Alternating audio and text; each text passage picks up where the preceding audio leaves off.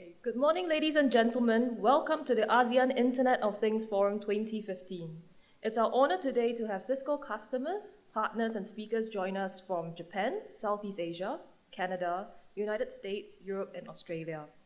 Can I invite everyone from Cisco to stand up and give our delegates and guest speakers a warm welcome of applause.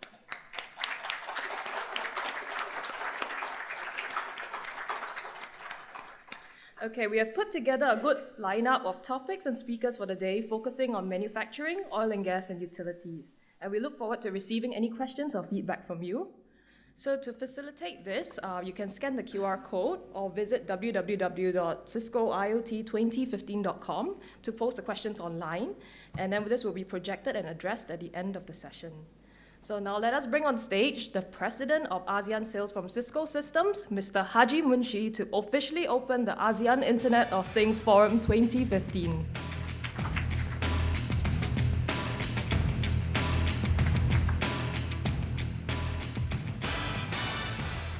Good morning, everybody. So we have representation from many countries today. So for our friends from Japan, konnichiwa. For our friends from Thailand, sawadee-kap. For our friends from Malaysia and Indonesia, selamat datang. So, no event like this starts without first doing a selfie. So let me kick that off.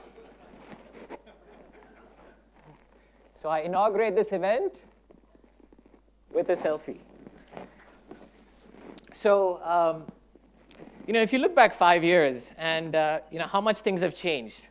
More and more when you go to these events, you hear about the use of social media, the explosion of data, being connected more and more, and the Internet of Things.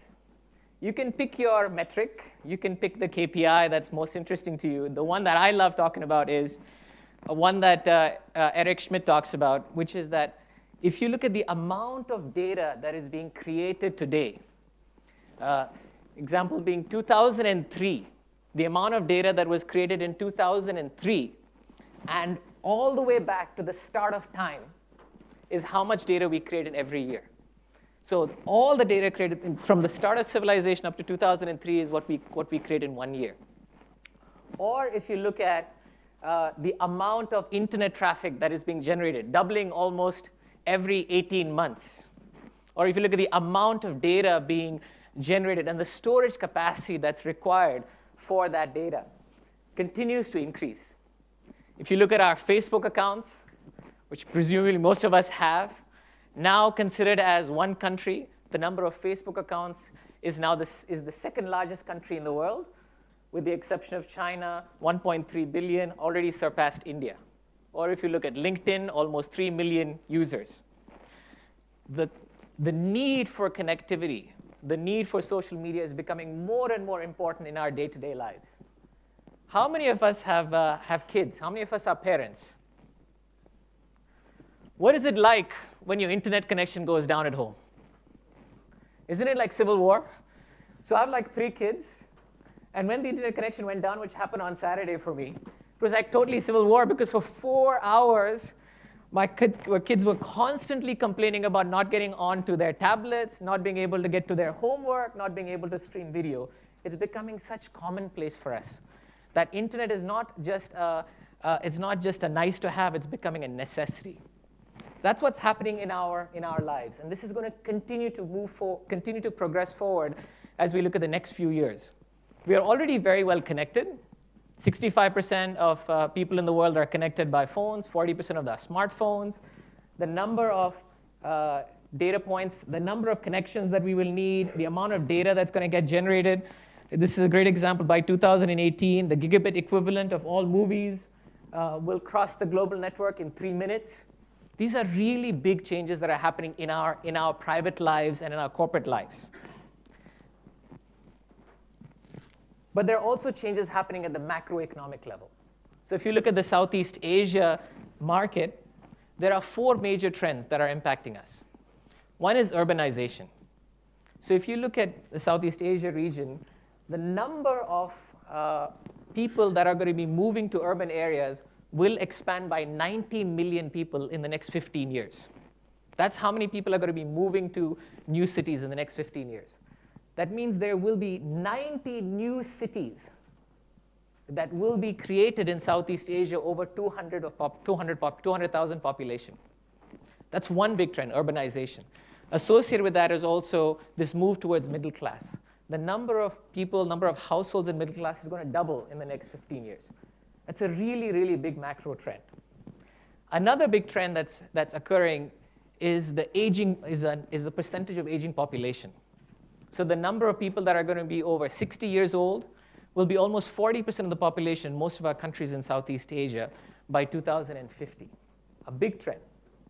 Another big trend that's occurring is this insatiable need for energy. The amount of energy that we will need in the next 15 years is going to grow by 40%. And the last one is this real important need for countries to be competitive. Gone are the days where country competitiveness was only based on labor cost arbitrage. More and more in the manufacturing sector, companies are looking to innovate. They're looking to address just in time. They're looking to be able to customize products. And that's having a big impact on competitiveness of countries. So why do I talk about this? Why is this relevant to this forum of IoT? The reality is technology has a very, very big impact on those four big macro areas. We talk about urbanization, the population increasing by 90 million in big cities. Imagine that. If you were in government today, how would you accommodate that? How would you ensure that you would have continuity of great water supply? How do you make sure public services, transportation, parking, general services for citizenship would continue to be able to provide at the quality that you expect? The only way to do that is by using technology. There is no way to continue to expand the area where cities are able to establish themselves.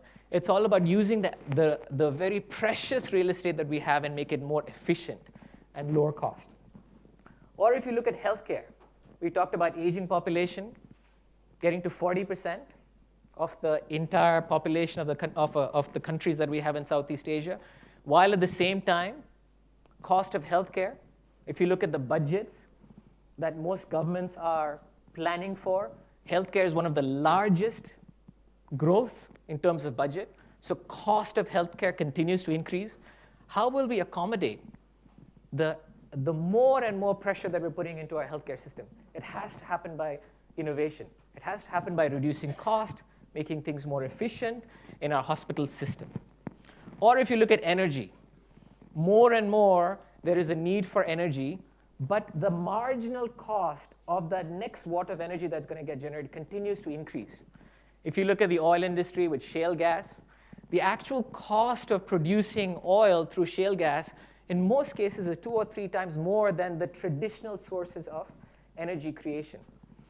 And so being able to bring energy at a cost-effective way to meet this increased demand for energy is also a big challenge. So how do we do that?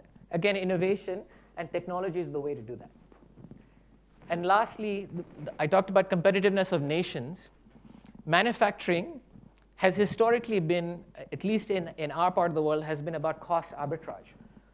Trying to bring the cost of using the advantage of lower labor cost in Southeast Asia to be able to produce goods for other parts of the world. And more, it's difficult to get talent. It's difficult to get the skills, and costs are rising very quickly. So automation, factories of the future, are areas that most companies are looking at so they can sustain a competitive advantage with this increase of labor cost. All of these are supported by the topics that we've been talking about today. If you look at the agenda that we've set up, we have a great set of conversations on energy. We've got a great set of conversations on manufacturing. How do we use these technologies so that we can meet the needs of the changing macroeconomic environment in the next several years? I would just want to touch on, we're already doing a lot of things in APJ. So Cisco and APJ, if you look at these examples, we believe we're changing the way APJ lives, works, plays, and learns. Let me give you an example. Right up in the center center photo here, transforming industries. It's a really great example of Internet of Things in action. So we know that Australia is a country that's heavily resources-oriented, natural resources-oriented. The mining industry is very large there. And this is an example of Rio Tinto. So if you go to the northwest part of Australia, it's actually quite hard to find truck drivers. In fact, the cost of truck drivers is higher than about $150,000. And Rio Tinto, to be able to manage their cost, improve their margin, has one of the largest fleets of autonomous trucks in the northwest part of Australia. The intent is to not only reduce cost, improve efficiency, but at the same time improve safety, as well as improve quality of what they're looking to do in their business. Or if you look at the top left-hand corner, cities of the future, actually there are already some cities that are smart cities. A great example of that is in Korea, in Songdo. It's a smart city built from ground up. For a population of 15,000 fully connected homes, they have access to now the best type of services one can imagine. So whether it's a home healthcare, or having access to a virtual concierge from your home, or having access to intelligent tutoring, all of those are available from your home for each of the members of the population in that city. Or if you look at the top right-hand side, which is connecting the unconnected. An example being in India, through Reliance, rolling out one of the largest 4G networks in India, connecting villages through new services, whether it's financial services, retail services, education services, bringing about prosperity through these what relatively unconnected areas. Or if you look at social innovation, if you look at one of the countries in Southeast Asia, Cambodia, we actually established something called the Network Academy 10 years before we actually established an office there. The intention was to impart knowledge to the population there so that we can help accelerate their adoption of technology. We now have 15,000 academy graduates in Cambodia already. We have roughly 200 families that are benefiting from that every month. And the intention is to be able to talk about not only the historic technologies, whether it's switching or routing, but also talk about how Internet of Things and how security plays a very important role of where we want to go. Last but not least, workspace of the future. The world is changing in our corporate environment. Rarely do people find that the most effective way to work is in the office. More and more people choose to work wherever they feel like, whether it's at home or on the road or on the move, to be able to facilitate this set of people who want to be able to have the flexibility of working wherever they want. We are building capabilities and solutions that can help build much more collaborative work environments. And with that, we won many awards, not only in Singapore, but also in Japan. With that, a warm welcome to all of you to our regional IoT forum. It's a pleasure to have all of you, and hopefully you'll find a lot of connection between IoT and what you're doing in your business. Thank you so much.